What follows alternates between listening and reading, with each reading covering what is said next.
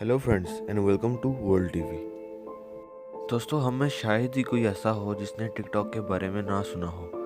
TikTok इस वक्त दुनिया की मशहूर तरीन एप्लीकेशन में से एक है। ये एक वीडियो शेयरिंग एप्लीकेशन है जिसको 500 मिलियन से भी ज़्यादा दफ़ा डाउनलोड किया जा चुका है, लेकिन बहुत कम लोग टिकटॉक की और इसको बनाने वाले इंसान को जानते हैं। आज ये आदमी चाइना का 9वां अमीर तरीन इंसान है।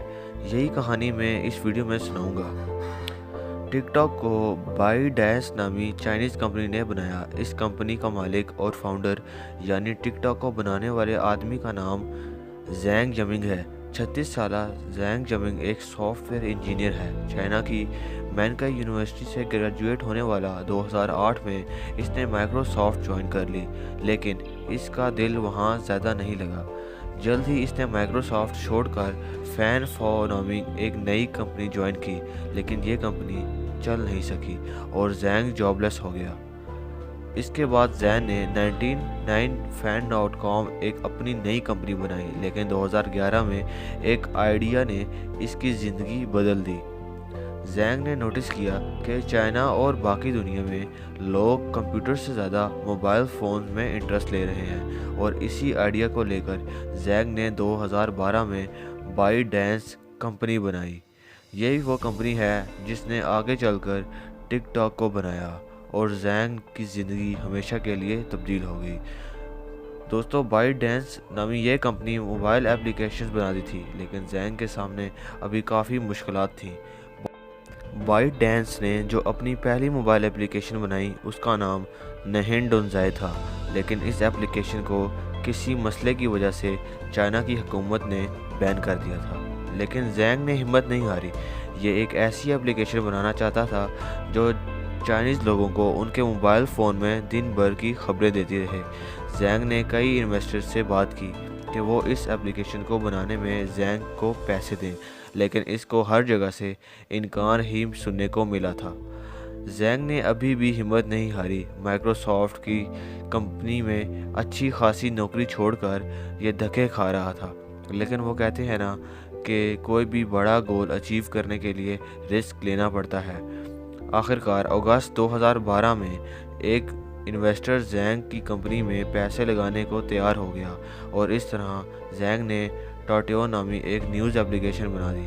अगले 2 सालों में इस एप्लीकेशन ने 1,30,00,000 लोग इस्तेमाल कर रहे थे और जैंग को बहुत बड़ी कामयाबी मिल गई। दोस्तों, अब आते हैं टिकटॉक की तरफ। सितंबर 2016 में जैंग की कंपनी बाईडैंस ने डोइन नामी एक एप्लीकेशन बनाई। ये एप्लीकेशन दरअसल टिकटॉक ही थी, जिसको चाइना में डोइन कहते हैं, और आज भी ये वहाँ इसी नाम से इस्तेमाल की जाती है। देखते ही देखते ये एप्लीकेशन चाइना में बेहद मशहूर हो गई और करोड़ों लोगों ने ये एप्लीकेशन डाउन कर ली।